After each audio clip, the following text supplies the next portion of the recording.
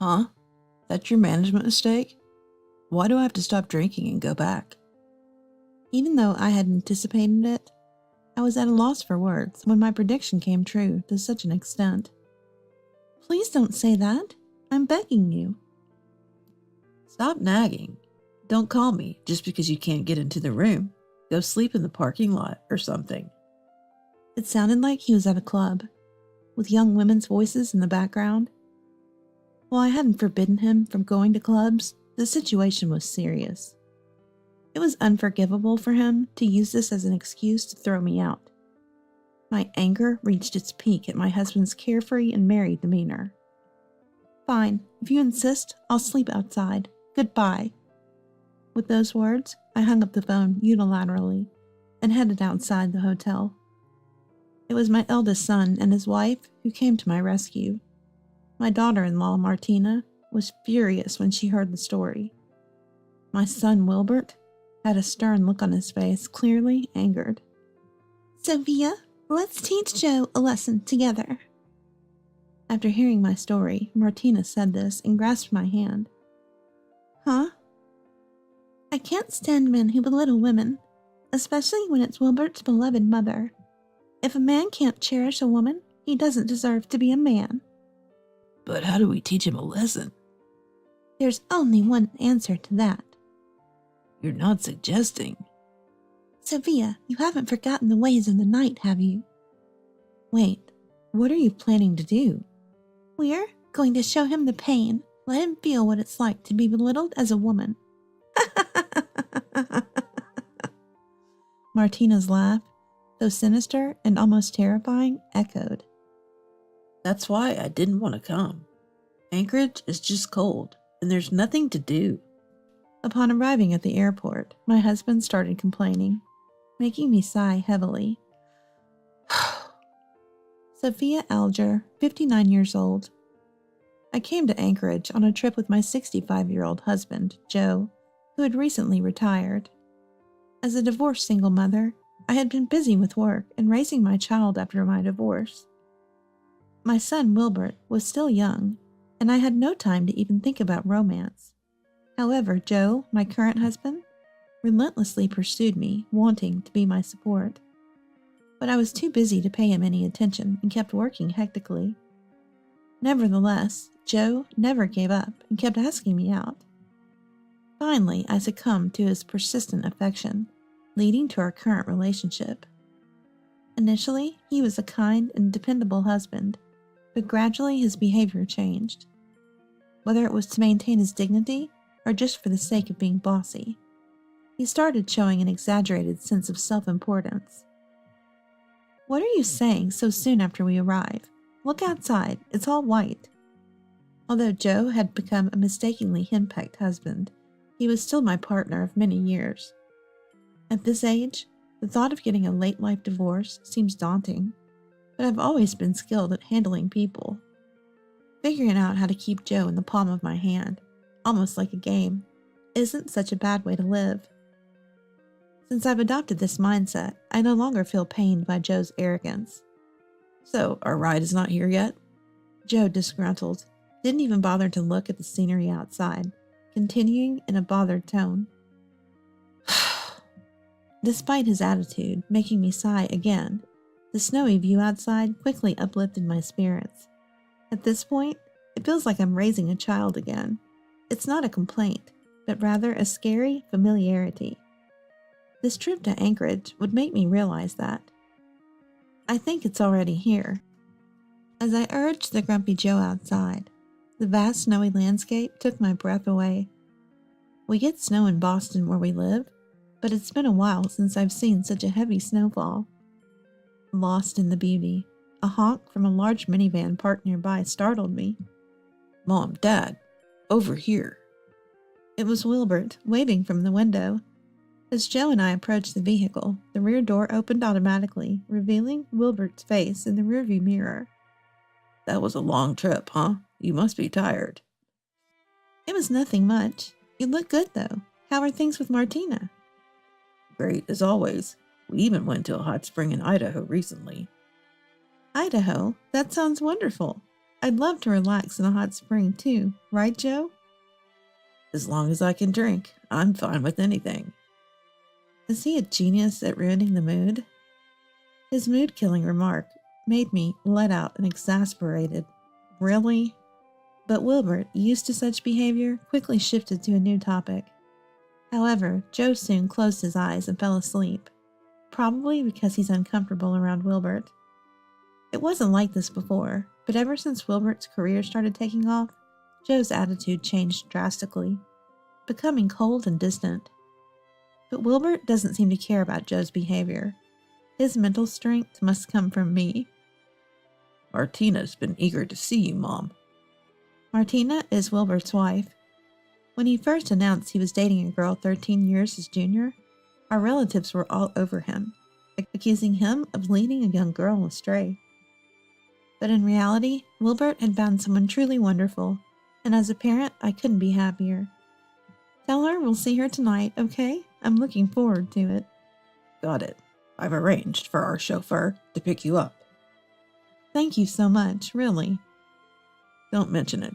You're in Anchorage now. Enjoy it. The conversation never ran dry, perhaps because it had been years since we last met. Before we knew it, we had reached the station area, and the car pulled up at our hotel. After thanking Wilbert, we got out of the car and headed towards the hotel lobby. Hey, go check us in. I'll wait here on the sofa. Joe seemed exhausted from the travel, quickly settling onto a lobby sofa. Used to his ways, I checked in and got the room key. Got the room key? Ah. Joe responded briefly and lethargically got up to head for the elevator. Once we reached our floor and entered the room, a breathtaking view greeted us. Wow, it's beautiful. When was the last time I saw such a sight? We just saw it. Is it really worth getting that excited about? Really, Joe? Why do you always have to say something that ruins the moment? Keep talking like that and your face will stay twisted. I couldn't help but retort to his unnecessary comment, and Joe just grunted and laid down in the bed. He turned on the TV and started flipping through the channels, throwing a question over his shoulder. What, they don't have that show here? Joe, this is Anchorage. Of course they don't have our local programs. What? I knew that. Just saying, you know. He definitely forgot. He absolutely forgot we were in Anchorage right now. It's these occasional, obvious moments that make it hard to leave him alone. But I can't tease him too much, or he'll sulk and refuse to do anything. It's a bit tiresome having to balance it just right. Joe, let's go outside. I want to explore the city. You go on your own. I'm going to rest until it's time. I'm tired. His indifferent response on this much-awaited trip made me frown. What did he even come to Anchorage for? Frustrated as I was, I quickly tucked away those feelings and switched gears. I knew too well that once Joe got like this, he wouldn't budge. Resigned, I decided to explore the city alone. Anchorage had changed since I last visited. The familiar sights I remembered were nowhere to be found, but it was refreshingly new. I continued exploring the city streets until it was time to meet Wilbert and his family together for dinner. As it was getting late, I decided to head back to the hotel. I thought I'd need to fetch Joe, but it turned out to be unnecessary. There he was in the lobby, waiting on the sofa with a lively expression. Is our ride here yet? You really spring into action when alcohol is involved, don't you? Joe loves his drinks, and his drinking habit has been a problem for me. I had asked him to restrain himself this time, not wanting to trouble our eldest son and his wife. But Wilbur insisted he'd handle it, and I reluctantly agreed. The drinks in Anchorage are supposed to be great. I'm going to drink to my heart's content tonight. Just keep it moderate, please. We can't cause trouble for Martina and the others. The thought of causing a scene filled me with dread. As we waited, a minivan pulled up, and what seemed like Wilbert's driver appeared, escorting us to the vehicle. The car soon departed, heading to the restaurant where Wilbert and his wife were waiting. Over here, both of you. There they were, Wilbert and Martina, in front of the restaurant. Joe, Sophia, it's been a while. Well, Martina, you're as beautiful as ever. Thank you, Joe. I'm really happy you called and came all this way to visit us. We had to. Inviting my son and his wife is only natural when coming to Anchorage. It was Joe who had suggested inviting Wilbert and his wife. He said since we were going to Anchorage, why not invite them? But his real intention was probably Martina. He wanted to drink with a beautiful woman. His ulterior motive was obvious. But Martina, being experienced, handled it well. Don't worry, Sophia. Leave it to me. You must be tired from your usual routine. I'll take care of Joe so you can enjoy the meal, okay? Her kindness, more concerned about me than Joe's intentions, made me decide to indulge in it. Come on, let's go inside where it's warm. The food here is delicious, and the bourbon is top-notch. Really? That sounds exciting. He really livens up when it comes to alcohol. With an exasperated look, I watched as the men disappeared into the restaurant. Joe is still the same, isn't he? Really? Always such a handful. But he's pretty simple from your point of view, right? I guess it's a walk in the park for me. Foo. It's comforting to see that some things never change. Let's go inside and eat some delicious food, shall we? Martina and I walked in later and were guided to our table. The men had already started drinking, and both of us sighed at the sight. The meal began, and we enjoyed Anchorage's fresh seafood and delicious drinks. It was a lavish experience, and the clock was nearing 10 p.m. Man, that was good. I always wanted to bring you two to this place when we came to Anchorage. I'm glad we did. It was really delicious, especially the bourbon. It was superb. Joe, you say that about anything you drink, right? Now, Sophia. But really, it was wonderful. I had a great time talking with you, Sophia. I'm satisfied, too. Martina's smile seemed angelic, and I couldn't help but smile naturally. The restaurant was about to close, so we paid the bill and headed out, taking a taxi back to the hotel. You go back to the hotel first. What will you do? I'm going out to drink again. It's Anchorage after all. I can't just not drink. I was astounded by Joe's nonchalant attitude. Having walked around all day, I was physically exhausted and decided to return to the room. All right, I'm off then. Joe walked off briskly into the night, increasing my sense of disbelief. Just as I thought about taking a shower to relax, something struck me. Oh no! Does Joe have the room key? After Joe left last, I realized I hadn't taken the room key from him. This hotel required guests to manage their own room keys, and losing one meant a fine. I didn't lose it, but I needed to call Joe back. No choice but to call him. What a predicament! How many times had I sighed today? While pondering this, I called Joe, who surprisingly answered quickly. What's up? You're interrupting my fun. His obviously irritated voice made me slightly annoyed. But getting angry would only worsen his mood. I reminded myself to smile and forced a strained one over the phone. Sorry to interrupt, but you have the room key, right? I can't get into our room. Could you please come back? Huh? That's your fault for not managing it. Why do I have to stop drinking and come back? Though I anticipated his response, it was still frustratingly on point. Please don't say that. I'm really stuck here.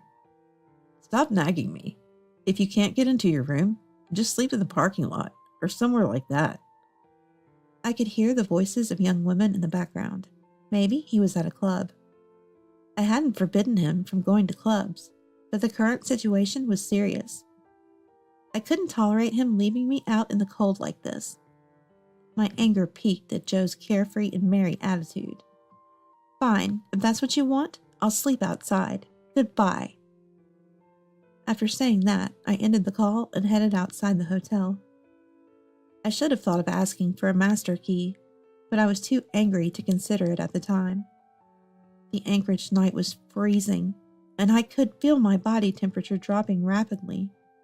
What should I do now? Just then, my phone rang. Oh, Mom, what are you doing right now? I can't get into my room because of a situation. What? Where are you? Go to a family restaurant or a grocery store. I'll send someone to pick you up. It was Wilbert on the phone. What perfect timing. I sighed with relief at this lifeline. Soon, a ride arrived, and I was taken to Wilbert's house. As I got out of the car, Martina greeted me and led me inside. I'm sorry for barging into your home like this. Don't be silly. Are you okay? Thank you, Martina. I'm fine. Why couldn't you get back to the hotel? Where's the room key? As I sat on the living room sofa, moved by Martina's warmth, Wilbert spoke up in a serious tone. I explained the situation to him and sipped the coffee he ordered. So, it was Dad, after all. You knew? Actually, I got a call from one of my staff earlier. They said a man resembling your husband was at one of my clubs, arguing with his wife on the phone. Unbeknownst to Joe, Wilbert was a shrewd businessman who owned several establishments, including a club. Joe had apparently gone there. Unbelievable. Who just leaves a woman out in the cold because he wants to drink? Aren't you upset about it, Sophia? Huh? Martina's question left me speechless. Certainly, I couldn't contain my anger. But after decades together, I had resigned myself to the idea that this is just how he is, and getting angry was a waste of time. I'm really upset. To treat someone important to you like that, even if it's Joe, I can't forgive that. Martina's face was stern as she confronted me, making me instinctively step back. Sophia, let's teach Joe a lesson. Huh? I can't stand men who belittle women, especially when it's Wilbert's dear mother. If a man can't cherish a woman, he's not worth being a man. But how do we teach him a lesson? There's only one answer to that. You're not suggesting. Sophia, you haven't forgotten the ways of the night, have you? Wait, what are you planning to do? We're going to show him the pain. Let him feel what it's like to be belittled as a woman. Martina's laugh was sinister, almost terrifying. Come on, we can't just sit around. We need to hurry and get ready. Sophia, Wilbert, let's go. With those words, Martina led us in a taxi to the club managed by Wilbert. Upon arrival, several staff members greeted us at the entrance. We were escorted to a backstage area, surrounded by makeup artists, coordinators, and the club's exclusive staff. I've gathered my personal staff, so you're in good hands. Let's let you get back to your glamorous self, Sophia. Wait, Martina, what are you saying? We're going to show Joe just how incredible you are. Martina was full of enthusiasm, seemingly enjoying herself, which I found reassuring. Everything's set on my end, Martina. I've contacted the people you asked for. Great work, Wilbert. Let's hurry with the makeup and changing. At Martina's signal, I was swiftly transformed with a dress change and makeup application. Wearing a dress after such a long time, along with hair and makeup, felt rejuvenating. The corset straightened my posture naturally. Sophia, are you ready? Yes, of course. I lifted my face with determination, ready to step into the battleground that the club would become. Excuse me, sir. We have a special event tonight. Would you like to join our number one for a drink free of charge? The server's offer, especially mentioning no charge, brightened Joe's face. For Joe, there was no reason to refuse. Sure, that's fine. Introduce her to me. Certainly. Martina, please come over. As the server called her, Martina approached Joe first. With her makeup and flashy dress, Joe didn't seem to recognize her as Wilbert's wife. Nice to meet you. I'm Martina. Pleasure to serve you. Martina, huh? Nice to meet you, Joe said, placing his hand on Martina's shoulder. Watching from the back room, I felt a sense of discomfort at his behavior, resolving to apologize to Wilbert later. After some enjoyable conversation and laughter, it was finally my turn to approach Joe's table. Mr. Joe, we have a new lady here tonight. Would you like to meet her? Sure. I'd do anything you ask. Thank you so much. Please go ahead. When Martina signaled the staff, I walked towards Joe's table. Here's our new girl, Sophia. Nice to meet you. I'm Sophia. Pardon my intrusion. Wow, Sophia. Quite beautiful. Wait. What? Sophia? Joe, at first not realizing, finally recognized me after seeing my face and hearing my voice, reacting dramatically with surprise. Oh, have we met before? What are you saying? What is this act? Ouch! He raised his voice in surprise. I stepped on his foot, smiling as if to silence him. Sir, please keep your voice down. We have other guests in the establishment. What are you doing? No, what is this about? Why are you here? Can't you see? You left me out, so I'm being looked after here. Huh? Do you even realize where you are? Just as Joe started to confront me, the music in the club got louder, and several male customers gathered around our table. What is this? These are Sophia's clients, here to celebrate her one-day return. Wilbert, what are you doing here? Oh, didn't you know? This place is managed by Wilbert. What? Joe's eyes nearly popped out of his head, overwhelmed by the unexpected events. I just had to guide her here when Mom said she was making a one-day comeback. The clients insisted, even if just for a greeting. The other patrons started making noises, realizing something unusual was happening. Hey, isn't that Martina, the #1 bottle girl? Wait, but next to her, isn't that the legendary #1 bottle girl from Anchorage? Martina, wait, what are you saying Sophia is? Aren't you catching on yet, Joe? Martina tilted her head playfully with a sly smile. Martina, what's going on? I'm the #1 bottle girl here, and... Martina gestured towards me, smiling brightly. She's the former #1 bottle girl of Anchorage, Sophia, who once made over $1 million in a single day. What? At Martina's revelation, Joe fell from his chair, looking up at me pathetically. Joe, you really knew nothing about Sophia. After decades together, that's so sad. Sophia was the #1 bottle girl?